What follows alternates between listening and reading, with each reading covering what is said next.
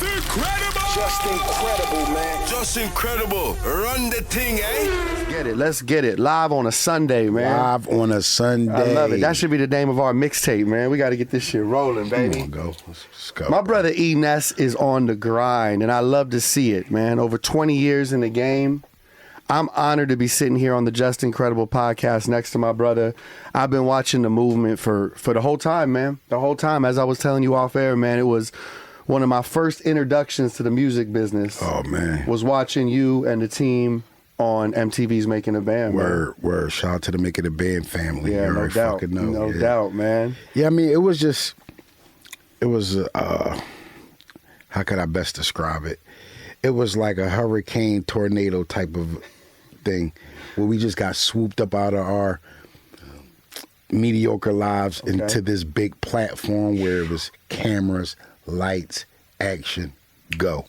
And as you had that dream in your mind, right? Because I think you had just got home, right? Right. When you made it to the show. Yeah. It was 2 years prior, so I was on probation and just working odd jobs, trying to stay out of, the long arm of the law. Facts. And then it just came to a point where I just stopped reporting. And then, it's always a contrast. When something as bad is happening, something extremely good is happening. Man, and you really at that point, so right? it was like a tug of war. So it was I remember the moment, though, where Diddy wrote the letter, though. Yeah. That was powerful. That was powerful for a kid, in L.A., across the country. To see that? To see that? It was powerful for me, too, because, looking at it from, like, being a consumer and being a fan all these years and looking at it, watching the videos, the Biggie videos, the Craig Mack videos, and you actually meet somebody with that big of an impact, and to see him handle a legal situation, and it is mind-blowing. It goes to show how much he believed, you know what I'm saying, and what he saw in you, bro. And I'm like, yo, I never knew how deep, the industry goes as far as just, he has fans everywhere. Everywhere. Across the country. And a world, I should say. The world, and it's like some of the most people in the highest of places want to be indebted to him. Amen. That's real shit. That's man. crazy. That's crazy. That's crazy. Right. Ness is here, Just Incredible podcast. Just Incredible. So as it jumps off for you, do you, because it's one thing to go to the studio, get recognized, pass your demo. It's another for the whole shit to just be on TV in front of the world. No, for Was sure. that hard to adjust to? Not really, because I was already doing, I would say the walk of shame. That would you play my demo phase? Can you play my demo? But it's so crazy.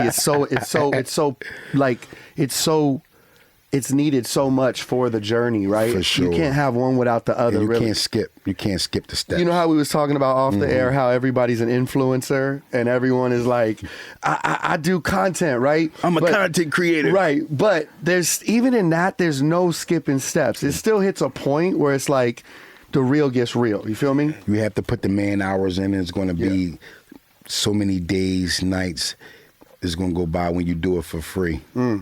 For free. You heard that? For free. There's going to be days and nights where you're working for free. For free. To get to that point where people do want to pay you a monetary reward. Just to get to that point. Just to get to that point. You know how many freestyles and ciphers and battles and pull-ups and... Pull-ups cost. Even though I'm pulling up to your party, they cost. It's cost. I have to get a haircut. I have to get a driver. I have the outfit, jury clean, this, that. I mean, it still costs. No doubt, no doubt. Shit, so. And that was the first thing I said to you when I met you outside, bro. Right. It's like 20 years later, you're still at it like that. Man. It's inspiring. It's the hate. Motherfuckers really on the internet hating like that? No, it's just the hate, period, that followed me my whole career. From being hazed on TV and not being perceived as deemed worthy to be in hip hop. Crazy, man. But when I was watching you on that show, man, it was always something about the energy of the way you attacked the beat specifically that just excited me as a hip hop fan, bro. I was developed before we was actually developed on TV. I always had a mentor in Black Key. We was from the same neighborhood. Okay. He helped develop me, and by the time that I got to that point, I was already kind of seasoned. And, there was a lot more that I found out when I actually, I'm signing Bad Boy, learn how to record and all that. But at that moment, I was ready to go to the next level. Yes, sir. So it just came to a point where I didn't want to leave no rocks unturned. I wanted to do it all to make sure that, the hip hop culture respected me as a lyricist, and they see me pay dues. Right. They see me be on the other side of, the thing, and to transition to a boss and being, an elder statesman. Do you remember the rap you spit, to get the position on Fish scale had your block on tilt, the butter in the bins, the color of chocolate milk, the rims, deep dish, spend half your life. Man, it looked like I'm riding on satellites. Yeah, that was the 4 bars. Crazy. That was the 4 bars. So I actually auditioned twice, and we ain't gonna make this a whole making the band. Right. A lot of shit going at the making the band, but I actually had auditioned twice. Auditioned in Philly the first time, it was a big turnout. Okay. So I didn't really have that much time to I had like a 30-second audition. Turnout as far as people showing up who were auditioning as well. It was a big crowd, so the line was wrapped around the corner. So you maybe got only 5 to 10 seconds to actually spit. Crazy. They ask you your name, where you from, they put on the beat, and you rhyme. Go. Whew. Crazy. So the first time I really didn't get enough, I would say, camera time. Got you. The second time, a lot of people was discouraged. So the draw wasn't that big. So it was only a few of us that, auditioned the second time. That's when they really got a chance to see my talent and my skill set. What's up, man? Timing. Sure. All right, man. The rest is history. Yeah, the rest is history. Yeah. I appreciate you starting there for the audience. I just want to let everybody know about the journey. You know what I'm saying? The journey is real. And man, let's talk about where hip hop's at right now, man. Coming from a guy who's been in some of the best battle raps of all time. No, for sure. And it's like now this shit is really on a mainstream level. It's mainstream level, but it's needed. It's needed, right? It's needed. I mean, a lot of kumbaya was going on. Too much of that shit. It was too much. So with that, I feel like in a sense, you probably rocking with like how Kendrick jumps out and says, "Man, fuck the big 3, man. It's just Big Me." I'm starting to see that's his rollout with the control. Like that's a pattern for him. Yeah. Come out, shake the game up, and I'm still thinking that the K. Dot verse on like that is still holding weight. And I'm not saying that because I'm on the West Coast, and I'm just like as an MC. I'm saying, even though we've heard all the diss records, right, that K. Dot verse is still holding weight. No doubt. Now, when Dot drops, that shit resonates. That shit heavy. People pay attention. Heavy. So one verse too, right? One verse. It's crazy how one verse can fuck up the game. And then he just kind of like dangles no pause. Yeah. This thought. Yo. No Diddy. My boy right here. Ness I love you, Puff. You already fucking know. Nah, Diddy know what it is, man. My big brother, my mentor. For sure. But it's just like he dangles the thought of this mysterious diss record that he had in his back pocket for the last 4 to 5 years, and it's come to a point where we want to hear that, or we just want to be done with it. But I think it was good for hip hop. It's good to liven it back up, and also it gets motherfuckers rapping. You know what I'm saying? You got to rap. I got to point out I didn't like the J. Cole angle. That was my next question for you. A guy who, you've been face to face with some of the craziest battles. It was like a thing where I popped my shit and they're like, no, I ain't really want to pop my shit. I was just trolling. That was kind of like un-hip hop to me, is being that his J. Cole is so dope as he is. Man, bro, I really was like, I fuck with Cole so tough, man. I felt like this was the moment where he could really grab the #1 spot. I don't know. This was the moment. I understand. As a man, you understand, and we respect that as a man. You're growing, you're maturing, but sometimes hip-hop entails a different energy. No, all the time. A demon, a savage energy, just a gladiator, a winner's mentality, a Mamba mentality. Mm-hmm. We don't have to turn it into the Biggie, Tupac. And no one thought that was going to go there. No one thought that was all these guys is fucking peers and comrades and conglomerates, whatever the fuck you want to call it. So I never thought that it was go. But we, as the fan, we don't want to see nobody get hurt. We just want to see who's the best lyrically at this given moment. And I think Cole just throwing a rock and hiding his hand, it kind of was a big turn off for me. Pause. Disappointing. Disappointing. It was. I feel you on that, man. You know, it's like you wait for LeBron to get to the finals, and then he gets there, and he's like, oh, I got to play Curry. Nah, I can't. I'm even. cool. I'm yeah, cool. no. So Yeah. I think, but then in the bigger scheme of things, who knows, man? What the fuck we know? It could have been a promo fucking promotional tool for all these guys. True. What the fuck we know? But I'm still enjoying it. I'm entertained by it. Absolutely. For sure. Man, but when it comes to battle rap, right? What is a way that you feel you've gone to gain that competitive edge, right? Because it feels like in the spaces I've seen you battle in, anything can be said. I'm just incredible. I'm going to start with that. I'm just incredible. And my routine is my routine. Win, lose, or draw, people are paid to see Ness and the energy Ness puts out there in his battles. So I figure it's not nothing personal. It's not about my age or ageism or have I lost skill set. It's a routine that I've built up over the years. It's no different from Barn and Bell Ringling, no different from WWF, SeaWorld with Shamu. I've built up a fucking routine over the years that's still honorable, that could be paid for. That's right. That's right. And what are you looking for in your opponent? Are you trying to find a weakness in something he did on social media? Past beefs he's been in? This is the way I break it down. Okay. I'm a Street Fighter kind of guy. So Ryu is more defensive. Okay. Ken is more fiery, more offensive. Yes, sir. So, being on Making a Band and having all these public L's, people per se, I'm always fighting or battling from a Ryu defensive standpoint. Spot. Got you. As opposed to an offensive Ken standpoint where I'm just attacking. There's always, kind of an 8 Mile strategy. Got you. Okay. See what I'm saying? Yeah. Which is kind of, that's kind of what Drake's been on. You know what I'm saying? Drake, let me see, because I got to be real careful when you talk about these guys. Of course. And Drake's also got a big respect. Drake for the is super dope. He does. Big respect. Shouts out to King of the Dot. Yes, you know what I'm sir. saying? He is definitely, his presence is felt over there.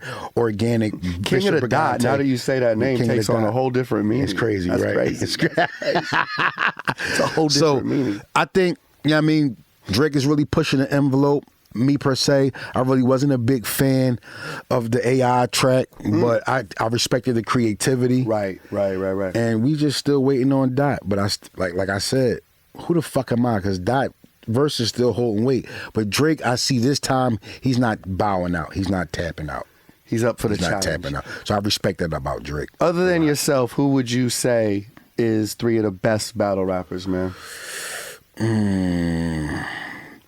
Can we even do that, or will they? So many. It's so vast of a fucking.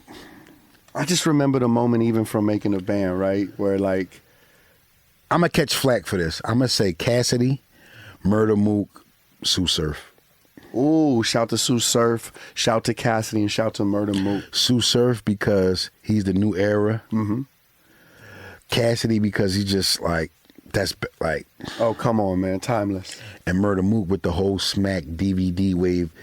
You couldn't ignore that energy when man. it came out. So I those 3. That's what's up. Those 3. What are you currently working on right now, man? Where's Ness at with the music right now? Bunch of projects. I dropped Let Me Borrow This Beat, which was an ode to the DJ Clue-S mixtapes where people rapped over other people's beats. I love that shit.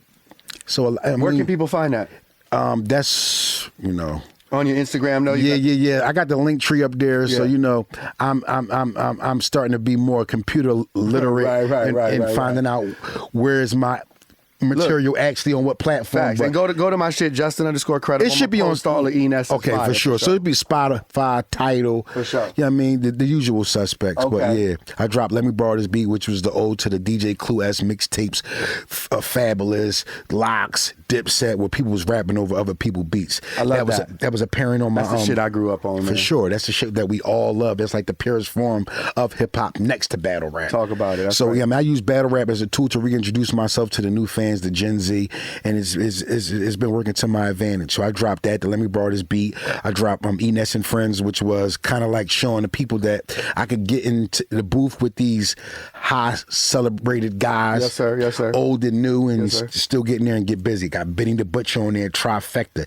Got Corey Guns, Vado, Zai Sosa from the newer generation, Beanie Siegel, Freeway, Oskino, PD Crack, Method Man. So I got a fucking just couldn't like a gumbo of just all spitters. Who surprised you over the years? Who's given you some flowers, man? Method Man. Method Man. Method Man gave me a verse and a video in the middle of him recording Godfather of Harlem and Power too. Damn, like that.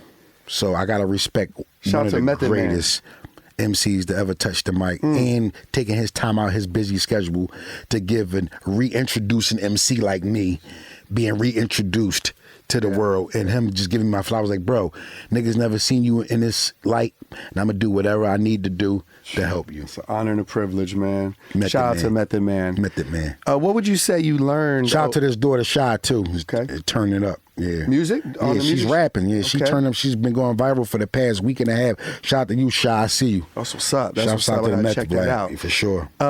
As far as, Puff, what would you say you learned, you know what I'm saying, from the experience, man? Just how to be a better writer. It was just like a military experience. You know what I mean? Boot camp, from the physical training to getting up early and doing the internships at Sean John, going to the offices, learning about the marketing and the media people. Man, a front row seat. Yeah, That's a just different had type of front row. college We had tuition. a crash course Yeah. in just the business and industry. Compared to what I thought I had knew, it was nothing. It was Nothing, just, huh? Yeah, so I was one of the guys that just would leave the actual taping of the show and just go to the actual building where Bad Boy was, and just talk to the media people, Right. talk to the marketing and promotion people, the people that controlled the budgets and the money and stuff, and just learn how the working parts of how the system worked. What do you think? What was it about you, and where did this come from that you didn't get turned off by the shit? Like, especially some of the the crazy, walk to get cheesecake moments and shit like that. You always kept your head in the game and was like, I got a bigger picture here, and I understand that this is what I just feel like all the hazing and all the trials and tribulation and the paying dues, which the industry calls it, would lead to a bag.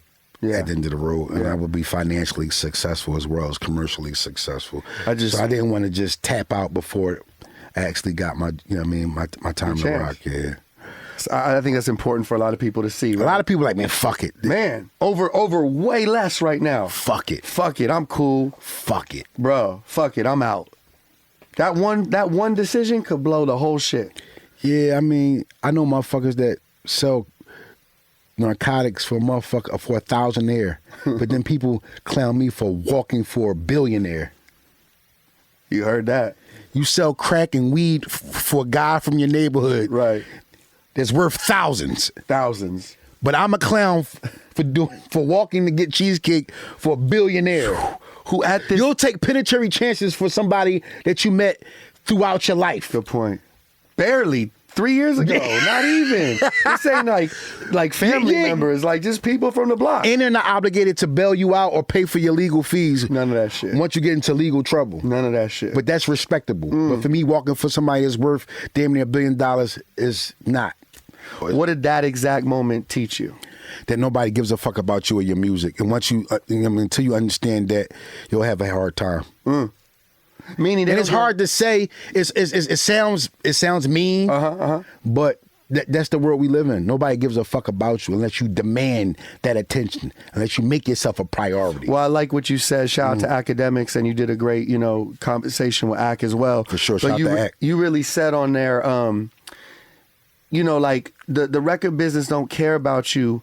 Almost from what I got was until you recoup. Like you got to break even, and then you got to start making money, Yeah, right? until you have to outperform your You contract. got to outperform. That was the right word you said, and it's crazy, right? Yeah, it's outperform your contract because the same way as you said the pull up cost, the label's putting a lot of shit in. Right? They pulling up. They doing pulling a up lot the of whole pulling time. up. Yeah, so it's like we didn't recoup until after everything. We didn't profit or see any checks from our situation until after everything was paid for. Crazy. That's how it works. And I didn't understand it, and people don't know. So it's like a lot of the times your friends and family are asking for money that you don't have. They think you have it because you on TV. So if I made an album in 2022, I probably won't get the money until 2024. It really be like that. So Yeah. people think I'm having the money those whole 2 years, and I'm waiting on the bag. I'm waiting on the check to drop. I'm at the mailbox every day looking for that motherfucker. But I can't tell the general public That. because they like, you capping, you finessing this, you holding out. But you like, no, I really don't have the money. I ain't got it like that yet. And people don't understand. So I learned from early on that, I mean, even though I didn't have a storybook ending with the whole Bad Boy situation, I dropped one album. I was up there from 02 to 09. Come on, 7 Two years. deals. 2 deals. Yeah, a front row seat to learn all kinds of shit. A crash course in the business. Was there any other dope studio moments you remember that you knew you was just like a fly on the wall? Because Puff's around everybody. Yeah, we did a scavenger hunt our first season. Okay. Where we was put into teams, broken up into teams where we had to do crazy, goofy shit. A record from the old record store in Brooklyn that they have, and we had to get something over here. I remember this. Yeah, I remember this. We had to get something from the Quad Studios. Okay. And to see how amazingly small that studio was, the area where the famous Tupac quad shooting took place, that blew my mind. That's crazy. That blew my mind. That had to give you goosebumps just sitting in that room like that. Just reliving it like, yo, this is the actual... Where he was going up the elevator? Yeah. Wow. It's bigger than... A jailhouse cell is bigger than Quad Studios hallway. Damn. Yeah, it's bigger than that. Right. So to see how all this transpired in that small area, that was one of my studio moments for me. Like, damn, this is the legendary Quad Studios, the famous Tupac shooting, and this motherfucker ain't bigger than a thumbnail. Just like that, huh? Crazy. Loved it though. Hey, shout out to Cosmic Kev too. You go crazy every time you pull up, man. Kev, man. One of the biggest platforms on the East Coast. Fact. Shouts out to DJ Self also. Yeah, shout out to Self, man. We Gwenning over here. But of course, Cosmic Kev is a part of a hip hop staple in community in Philadelphia. And I mean, he gave me kind of like, I would say, a resurgence. And being premiered on his platform did wonders for me, and it opened up a lot of doors for me. So shout out to Cosmic Kev, Power 99, Top Dog, bang. How did that come back around full circle like that? Was did he just hit you like, yo man, come on, I see what you're doing, it's time to pull Philly up? has revolving doors. Yeah. They'll uplift you and they'll cheer for you and they'll root for you until you don't pass through a certain window at a certain interval of time, and then they'll count you out. And I was stuck in that category where I was like a Zion Williamson when I didn't live up to the hype. Wow. Yeah. So they start to write you off, but with the help of social media and just saying, fuck that. I mean, I've already went through the fire already. Come on, I've been through it. They didn't see me at my lowest. I'm going to take it back to the bars. Let's start there. I'm glad you did that. Let's start there, because that's something that nobody could fuck with You're always going to challenge the individual. Street niggas are always going to challenge how tough you are or how tough you aren't. Right. The bitches are always going to, you know what I mean, your parents, your drip, your jewelry, what car you driving, where you live at, how you staying, where you stay at. Always they going to challenge it. I try to leave it the music, the bars. Yeah, you man. can never criticize the bars. You can criticize the person, but not the bars. Not the bars. That's right. And that's where I wanted to leave it at. Like, yeah, you might say a lot of shit about Ness. He missed his time or whatever idea you want to come to that, arrive at the point. But I'm here with the bars, and people are fucking with the bars. Right. And it's opening more doors day by day. So shit I'm doing, the labels are going to tell me everything, but yeah, Ness, you kind of old, so we're not really going to invest in you, so I know I got to do it myself. You just got to show them. You got to every day I'm doing the impossible. Yeah, and right in front of the people. Just like that, man.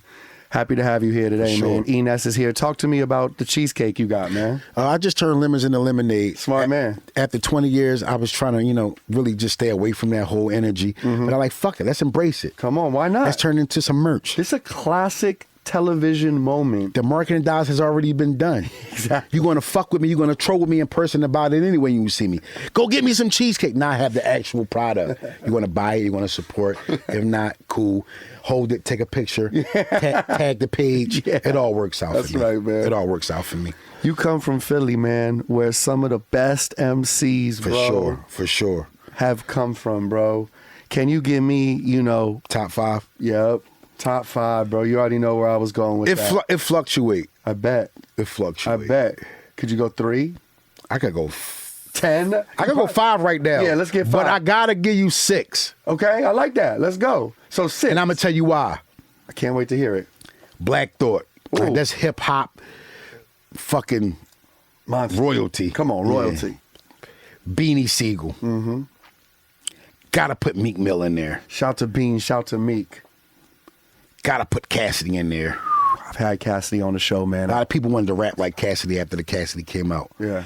And everybody always leave out females from their top 5 from Philly. Okay. I'm a person that's not. And we share the same birthday. We're born on the same day, November 10th. Eve, E-V-E. Come on, man. Shout to Eve. Come on, man. people leave out Eve. Queen of Rough Riders, man. Queen of Rough Riders. Yes, sir. Philly's own. Wow. They do leave Eve out of a lot of conversations, man. I'm glad you know what I'm saying, tossed her in that top. Was that 5 or 6? That's 5. That's 5, okay. My 6, and don't get mad at me, but I have to put him in here because of his influence and his impact. Little fucking Uzi Vert. Gotta give it up for Vert. Gotta give it up for Gotta Uzi. give it up for Uzi, man. He's transcended. Yeah, like, true. And like you said, impact, influence. Uzi, he's in there. Yeah. Different style, of course. Different style. But it's 2024. It's working. Right now. Oh, man. It's working. He might have some questionable shit sometimes as far as another area is concerned or another crowd depicts it, but Uzi, he's taking this He's shit. been doing this thing for the past decade. For sure. Almost 8 years strong, I would say. Yeah. Since 2016. You heard it here, man. Ness put Uzi. that top 6 together. Top That's 6. a fire Yeah, for Philly, sure. Philly lineup right there. Mm-hmm. All right, man. So you got the new project. Yep. You got the cheesecake out. Cheesecake. Let's talk about. Can you take me back to the Chappelle Show? Chappelle Show. Oh, man. I mean, like I said, classic television and hip hop moment, and then it's really like it's just forever when Chappelle does that skit like that, man. Chappelle grew up in D.C. Until we recorded the taping of the Dave Chappelle Show, we decided to do a parody with the Making the Band crew. That's how impactful we was back then. Yeah. We had actually Dave Chappelle, which had the hottest skit. There's nothing bigger. There's nothing bigger. Had the hottest skit comedy show on fucking TV at the time. Facts. Walked away from 50 million and all that shit. So it was flattering to even have Dave call for us to even be a part of that legacy. One, I didn't know how deeply rooted Dave Chappelle was in hip hop. Okay, yes. But you get to see after a while when he had the block party with the Fugees, Of course. and the Talib Roots, Kweli. Talib, Yeah. Jill Scott, For Erykah sure. Badu. But he is that. That's not a front. Nah, he's that. He's that. Yeah. And it just came through in the taping of the show. So he called us. Everything was clear as far as, you know what I mean, the red tape for us to be able to do that. And we couldn't stop laughing the whole tape. And it was like You one can see it in the skit. Between laughing, Yeah. that's what took most of the time up. Laughing. It wasn't the actual recording. It was the laughing part. Laughing at Dave. And Dave is a real nigga. Like, we hot boxed outside in between tapes. Wow. Me and Dave in the fucking outside Smoking in New with York. Dave. Hot boxing in a car with Dave. He personally said, Ness, do you want to smoke? And I'm like, this is Dave Chappelle asking me to fucking smoke. Light up. Wow. In a car outside, hot boxing. Crazy. We in there hot boxing. That's Dave fucking Chappelle. Think about that. Does he come to y'all with the skit right away? Does he have it drafted up and Bro, he's like, this is what I want to do? He winged the whole thing. He winged it. Everything you've seen, he winged. Even down to him playing Dylon. The only reason he played Dylon, and Dylon, I know you're going to see this and you're going to get mad. We were supposed to do the live and go back and forth and, you know what I'm saying, and compare facts and notes. Dylon said he was told that we have off that day. I don't know why the label would tell him we would have off on a day of the taping of the Dave Chappelle parody of Making the Band. Right. So to negate that him not showing up, Dave Chappelle played Dylon. That's how we got Dylon. It's because Dylon didn't show up. That's how it happened? That's how it happened. Fuck, bro. Ain't that's crazy? That's wild. And Dylon get mad at me like, yo, that's not how it happened. They told me one thing and y'all did another. To me, Dylon, when you watch show, when you're downtime, not right now, after y'all watch this interview, go watch clips of Making the Band. Dylon was an actual ghost on the show. There would be scenes where he was in and scenes where it was scenes where we was breaking down his money because he wasn't showing up for shows. Crazy. So his cut would be breaking down evenly amongst the other 5 members of the group. He was a ghost on the show. Damn. And that's my brother. Yeah, and I look forward Brother to for that. life. I know y'all gonna get that live situation, and Yeah. you know what I'm saying. But he said that joke actually like ruined his career. And to me, it's like that's his truth. I can't debate with him. Yeah. Well, how it affected his career. But well, it's such a big platform. Chappelle does it. And everybody knows. I that. think he means that because he didn't know how to capitalize off of it. Right. There's people that's getting sucker punched on fucking YouTube and making the shirts about them getting sucker punched and me becoming fucking millionaires off the shit. Right. I mean, you talk about making lemons into lemonade. You turn people the are cheesecake- fucking getting trashed on fucking line. People are getting booked talking about they legally blind. People are remixing and making songs and putting it up on Spotify and shit like that. Right. People are taking people's demise and their baddest, worst, darkest moments and flipping it and making it and monetizing it. And he just didn't know how to monetize it and capitalize off of it. Interesting, man. Crazy, interesting moment. I look forward to y'all getting on that live though, and we have offers to do a reunion every year. I would love to see it. Everybody wants to see that. The same underlying reoccurring issues getting away every time are egos. Like over money and stuff like that? Not even that. Just this one is over here. This one is flying from Las Vegas. This one is flying from Detroit. This one is in a new relationship. This one, it's tough to new get relationship is now their manager and their lover. like that. God bless. It's a lot going on. It's a lot going on. It's a lot but going on. I love my brothers and all my sisters, and I wish, you know what I mean, in a perfect world that we could get it right so we at least could do some spot dates. And oh, yeah, man. The fans want to see that. For sure. The band. He said, Ness, you just going to sit there and do your taxes? Iconic. He winged it. All that was winging it. He's freestyling that. I'm tripping on that. All of it. Crazy, man. He had nothing scripted. He just really took the moments that we had on the show and elaborated on them and just over-exaggerated all of it. Crazy. And it made classic TV. Yeah, for sure. That we talking about all these years later. Dave Chappelle walked away from the fucking Dave Chappelle Show. 3rd season. There was none. It was 2 seasons and that was Walked away from all that money. Said that shit didn't feel right.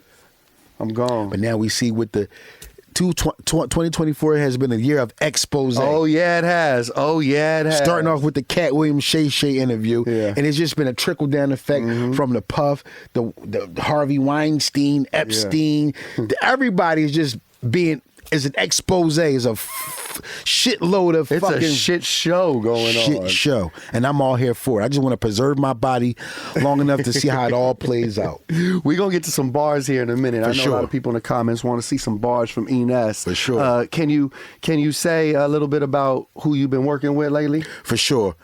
I've been working with some high-profile clients, and to keep it a bean, it's some people from the past, and we reconnected. Okay. So it's, it's been real, beneficial for the last 2 years, and shit, man, you just gotta stay tuned, man. But shouts out to Ye, shouts out to Yeezy.com, and shouts out to my big brother Puff, man. Hopefully, everything that come to the light, he could pass through this, and but your boy got some high profile clients. That's what's up. Shouts out to my guy Yeezy. Shouts out to Big Brother Love.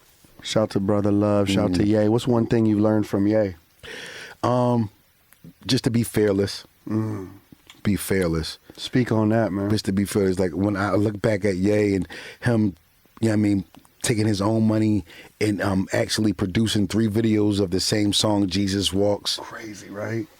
That's the bar right there, right? I'm like, but that school well. You was writing 5 verses to the same song, same beat, and that's why I would never publicly go and kind of like discredit Puff, because he made me a stronger musician all around. Yeah. As far as being a way stronger writer, and actually, like it was a military exercise. So Puff would actually come in there with a beat tape, like Ness did. Have you written to the beats that I gave you? And I'm like, nah, I didn't particularly write like the beats, Puff. And he was like, see, that's what's wrong with you, Ness.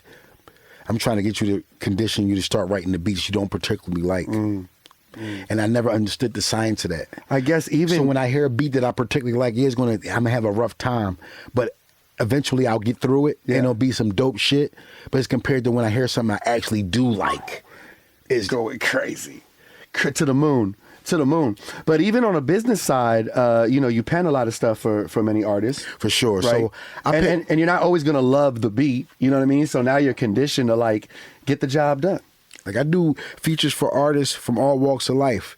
Now, no disrespect, the business may happen over line, but I don't know these guys' background. Right. I don't know if they ratted in their city, or they took some money from somebody, or they manipulated or scammed or Ponzi schemed somebody. Right. So we never know who we doing business with on the other side of the computer. So I say that to say this.